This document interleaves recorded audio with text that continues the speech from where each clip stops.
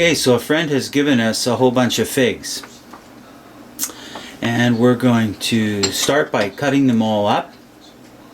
So if they have stems on, you probably want to cut the stems off, and then what we did was we just cut them in half and then in half again.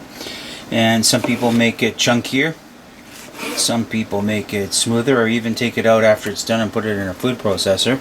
But we're just going to cut them in pretty much half-inch pieces, and we found that that's going to make just the right consistency.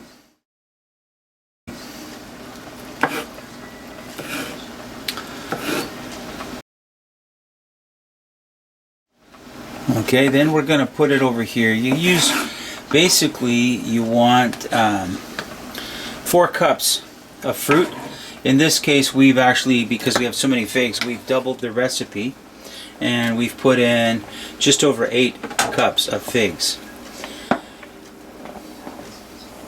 And if you notice carefully, we've added, with 4 cups, you put 1 cinnamon pod in there. With 8 cups, we put 2, and also 2.5, 3 pieces of vanilla bean pod. We're going to take those out when we're finished cooking. And you want to bring it to a boil, and then after it's reached a boil and the sugar is dissolved, by the way, that's 1.5 cups of sugar for 4 cups of fruit. So we have 3 cups of sugar. We used 1.5 cups of brown sugar just to give it a little more flavor, besides white regular granulated sugar. And 1/2 cup of lemon juice, 1/4 cup per 4 cups of fruit. So we've put in our lemon juice already, and pinch of salt, by the way. Just put a pinch of salt in.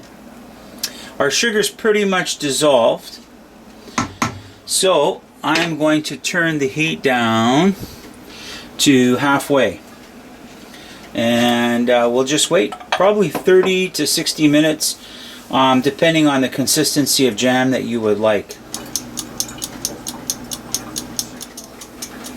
There's no need to stir this continually, just occasionally during the first 30 minutes, and see what consistency you end up with, okay?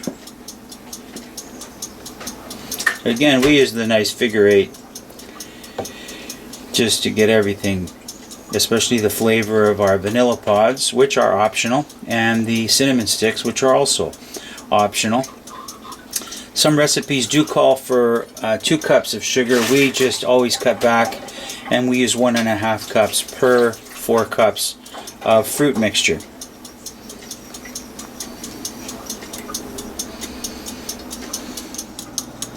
"10 minutes left." So after 20 minutes of casual stirring, the cinnamon stick, one of them, we have 2 in there because we doubled the recipe, has floated to the surface, and this is what it looks like now. And all through the house is a beautiful smell of fig jam. You can't miss it. It's fantastic.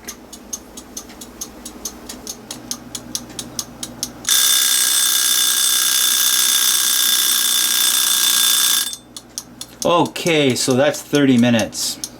Okay, now I have a shocking confession. I actually should have told you that we put a little bit of water into this as well. So even after 30 minutes, it's still pretty runny. So we're going to keep cooking it probably for another 20-25 minutes. And it's just under a heavy boil, and it'll be good. Another thing that I did was our sugar container was almost empty. So with the brown sugar, a lot of it sticks to the bottom, so I just took that, put a little bit of water, rinsed it around, and threw it in the pot as well.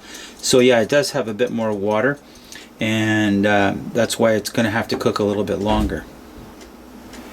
Now be sure and keep stirring, because if you don't, then the sugar will harden on the bottom of the pan.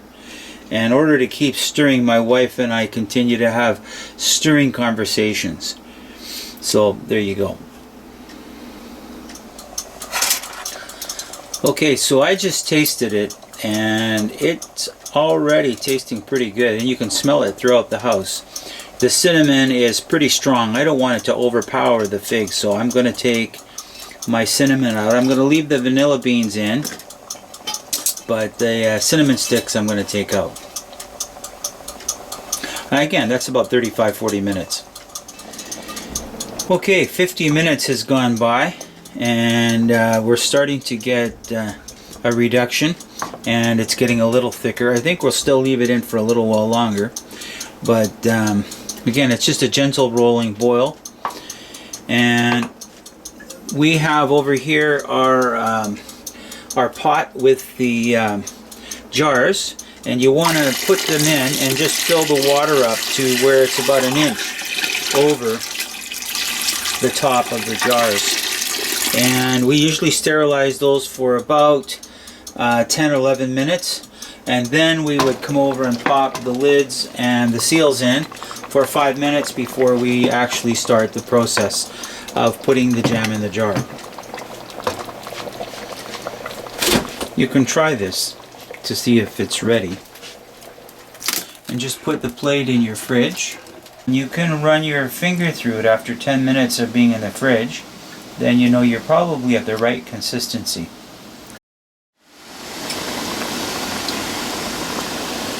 So anytime you can get your thermometer up to around 200, then you know you're pretty close. 220 would be wonderful.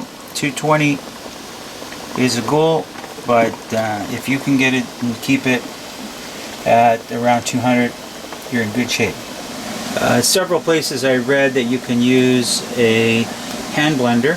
Just put it in there a couple of times and mix it around and cut the pieces up a bit more, and actually it looks perfect now. Just the perfect consistency, and it looks totally like fig jam instead of fig marmalade.